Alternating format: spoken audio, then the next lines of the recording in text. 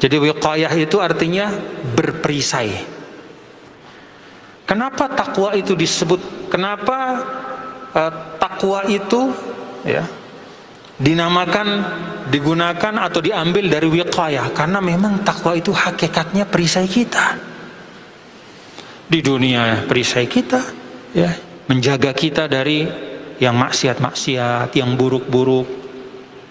Di akhirat juga perisai kita dari api neraka. Maka menunaikan perintah Allah, menjauhkan diri dari larangannya, itu dibahasakan oleh agama dengan kata takwa dari kata wiqayah, yaitu membangun perisai.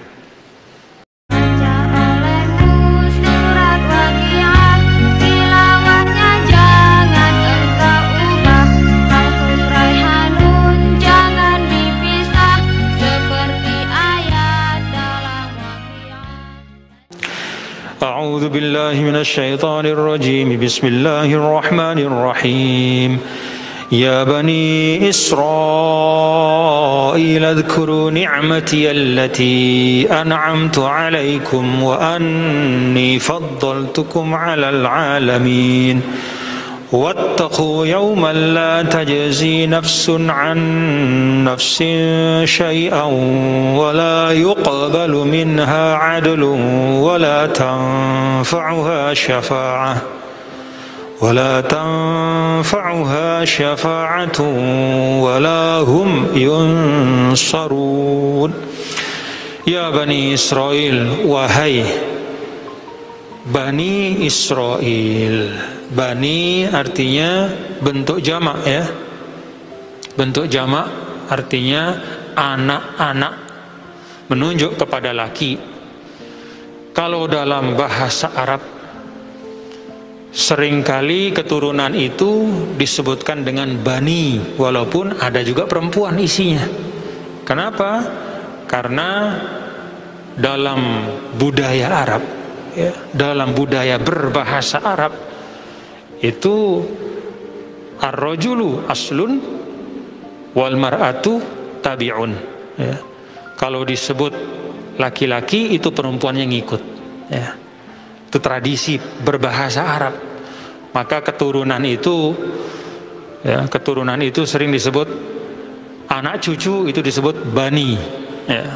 Kita ini bani Adam, padahal keturunan Nabi Adam itu ada laki ada perempuan, tapi pakai bani, ya. Kalau laki-laki disebut, perempuannya mengikut. Tapi kalau perempuan yang disebut, maka laki-laki tidak, ya. Misalnya ya bana tarrojul, itu wahai putri-putri, ya. Putri-putri dari seorang laki-laki, nah berarti itu hanya anak perempuan yang masuk. Tapi kalau ya bani ar-rajul, wahai putra-putra keturunan, nah itu masuknya laki perempuannya, ya. Yaitu struktur bahasa Arab, kebiasaan, budaya, ya. Ada juga yang beda, ya. Jadi ada juga berpisah, laki ya laki, perempuan ya perempuan. Untuk keturunan itu ya dipakai kata yang netral, ya. Tapi kalau Arab itu biasanya menggunakan kata muzakkar, itu ikut yang perempuannya. Ya Bani Israel adhkuru, wahai keturunan, ya, Bani Israel. Kita sudah bahaskan berulang-ulang, ya. Isra artinya abad, il Allah. Jadi ya, Israel itu abadullah. Ini adalah sebutan, ya, sebutan bagi Nabi Yakub alaihissalam, ya. Macam-macam riwayat kenapa beliau disebut dengan Israel, yang artinya hamba Allah. Tapi intinya ini adalah sebutan untuk Nabi Yakub. Maka keturunan Nabi Yakub itu adalah, ya, anak cucunya, ya, beserta cabang-cabangnya yang terus sampai kepada zaman Nabi Musa dan juga kemudian zaman Nabi Muhammad, Nabi besar Muhammad SAW, yang sering disebut dengan orang-orang Yahudi, ya, orang-orang Yahudi.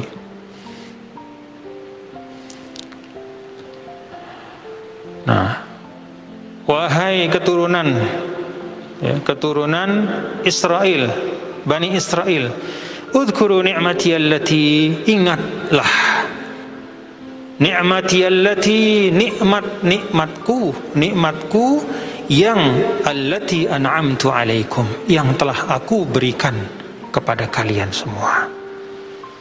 Wa anni faddaltukum 'alal 'alamin, dan sesungguhnya aku telah melebihkan, ya, melebihkan kalian atas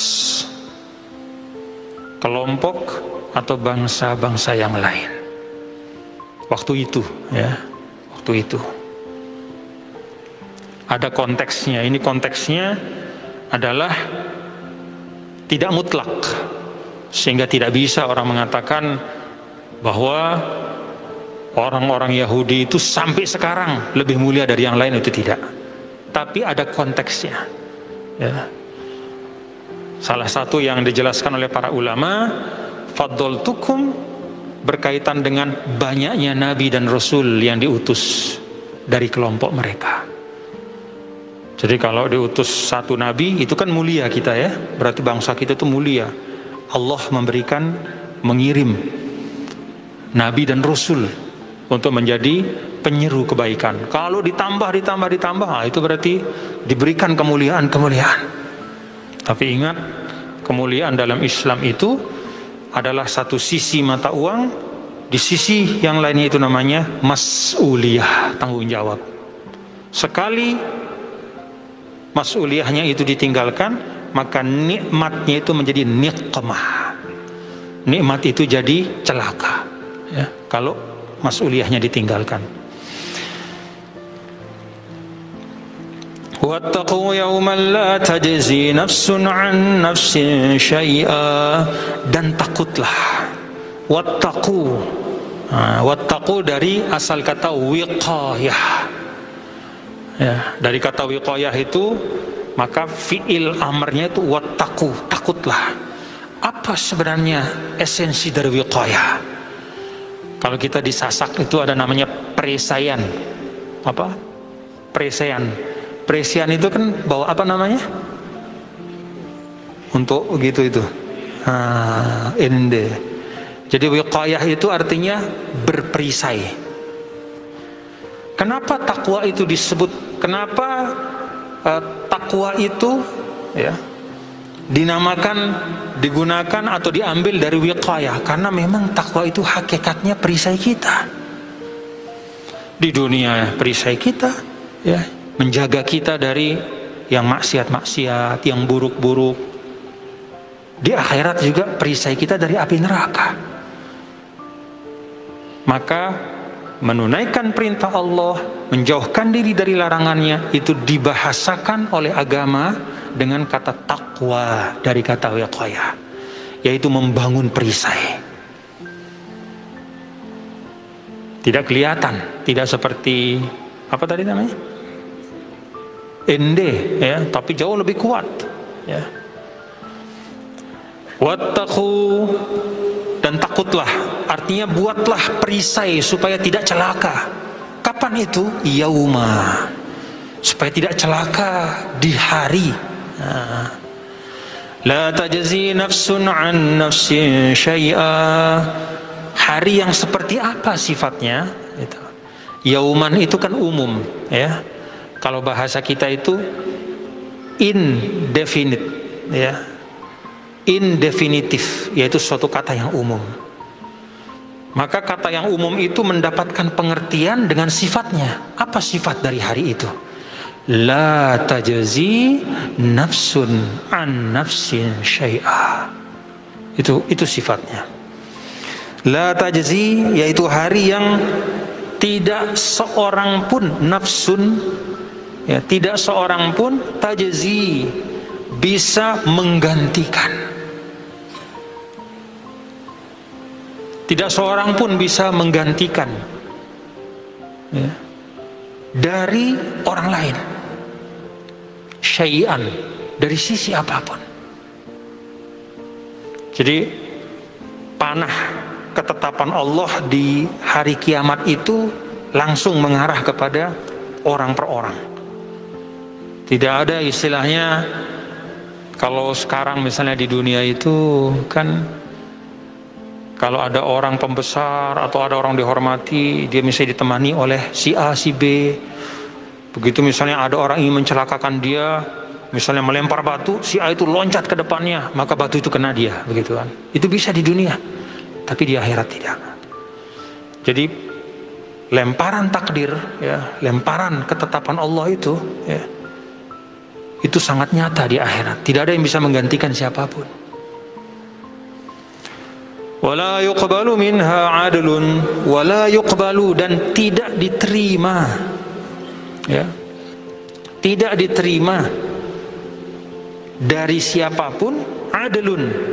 Adlun itu artinya fidaun, tebusan, ya. Kata adlun itu intinya kan seimbang. Nah, jadi kalau orang, mohon maaf, misalnya ada orang diculik, ya. Ketika dia diculik itu, maka penculiknya itu biasanya meminta tebusan yang seimbang dengan harga orang yang diculik itu. Misalnya kalau orang itu orang kaya, maka tebusannya pasti mahal. Betul ya?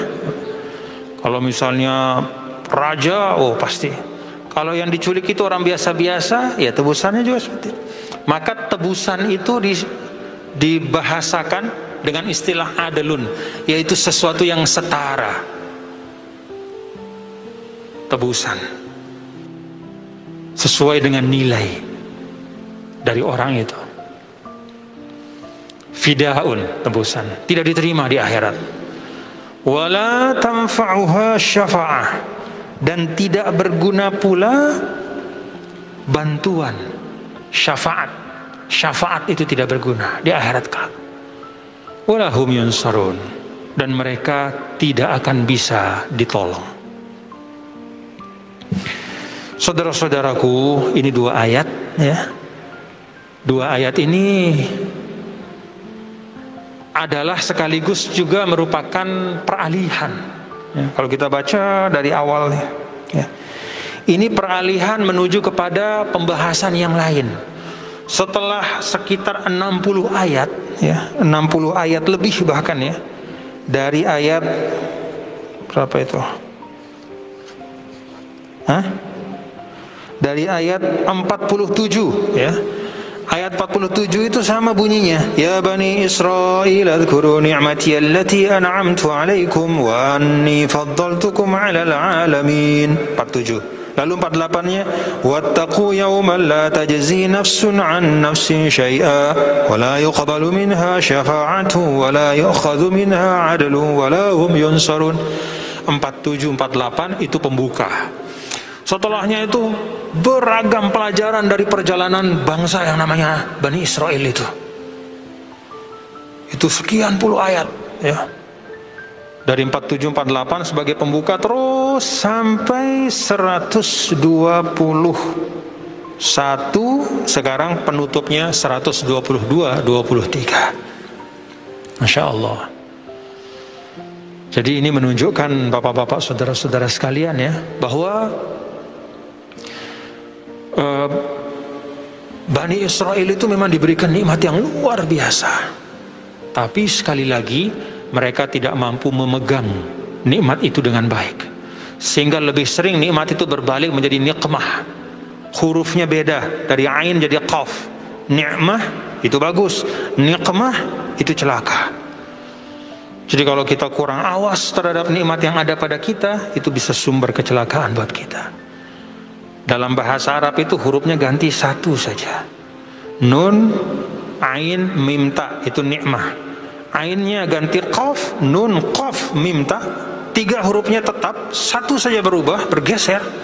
Itu maknanya sudah bertolak belakang.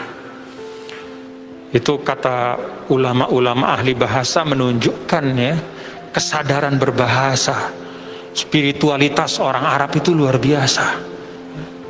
Walaupun mereka itu, ya, ini mungkin secara umum lah manusia, ya, yang masih bagus fitrahnya, ya. Kalau masih bagus fitrahnya itu pasti punya kesadaran bahwa nikmat itu harus dia jaga, karena kalau dia lengah maka dia akan menjadi sumber kebinasaan. Nikmah menjadi nikmah. Itu jadi kita ambil di situ yang pertama, bahwa Bani Israel itu betul ya, mereka diberikan nikmat yang luar biasa, tapi sayangnya mereka bukanlah pemegang nikmat, amanah nikmat yang baik. Jadi ini pelajaran bukan tentang orang-orang yang tidak punya karunia, tapi ini pelajaran tentang manusia, bangsa dan kelompok yang diberikan karunia oleh Allah Subhanahu wa taala, tapi dia tidak mampu menjaga nikmat dan karunia itu dengan baik. Dan sunatullah itu sama ya. Kalau sebabnya dikerjakan, maka akibatnya pasti terjadi. Bangsanya bisa beda-beda namanya. Dulu ada Bani Israel ya. Mereka diberikan nikmat, sebab-sebab kemuliaan, tapi dia tidak mau jaga, maka akhirnya mereka melakukan kemaksiatan yang beragam, akibatnya hancur. Bani Israel bisa berganti siapa saja, bisa ganti bangsa Indonesia, bisa ganti orang Sasak, bisa ganti orang mana saja ya. Jadi Bani Israelnya itu bukan intinya, tetapi sebab akibatnya di dalamnya. Kan Allah uraikan itu ya, bagaimana sebab akibat. Ketika mereka melakukan ini yang terjadi. Ketika mereka taubat, Allah maafkan ya.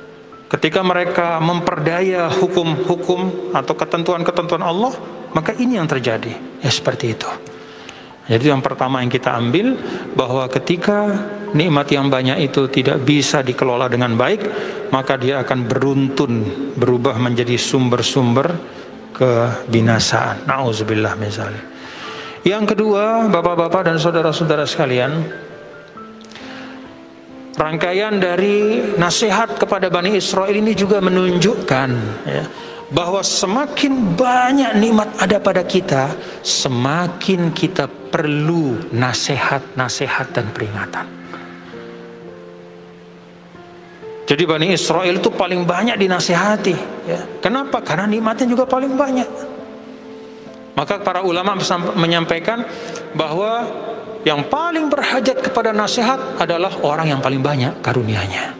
Orang yang paling banyak ilmunya itu paling perlu dinasihati, supaya dia tidak lupa kepada amanah ilmunya. Orang yang paling banyak, paling tinggi jabatannya juga paling banyak perlu dinasihati, supaya dia tidak menyalahgunakan. Orang yang paling banyak hartanya juga paling perlu untuk selalu diingatkan. Karena itu bapak-bapak dan saudara-saudara sekalian, kaidah di dalam Islam itu sederhana. Syukurlah kalau masih ada orang mau menasihati kita ya. Kalau kata Rasul apa? Idza aradallahu bi'abdin khairan saqa ilaihi man yuzakkiruhu idza ghafilah. Kalau Allah masih mau kita jadi orang baik, bapak-bapak ibu, maka Allah akan kirim orang lain untuk datang kepada kita dan menasihati kita ketika kita lupa. Jadi jangan justru ketika sudah tidak ada orang mau bernasihat kepada kita, lalu kita merasa diri kita sudah baik. Hati-hati, itu lampu kuning. Kalau sudah semua orang berenggih sama kita, kalau sudah tidak ada orang mau mengkritisi kita, mau mengingatkan kita, mau mengkoreksi kita, itu hati-hati.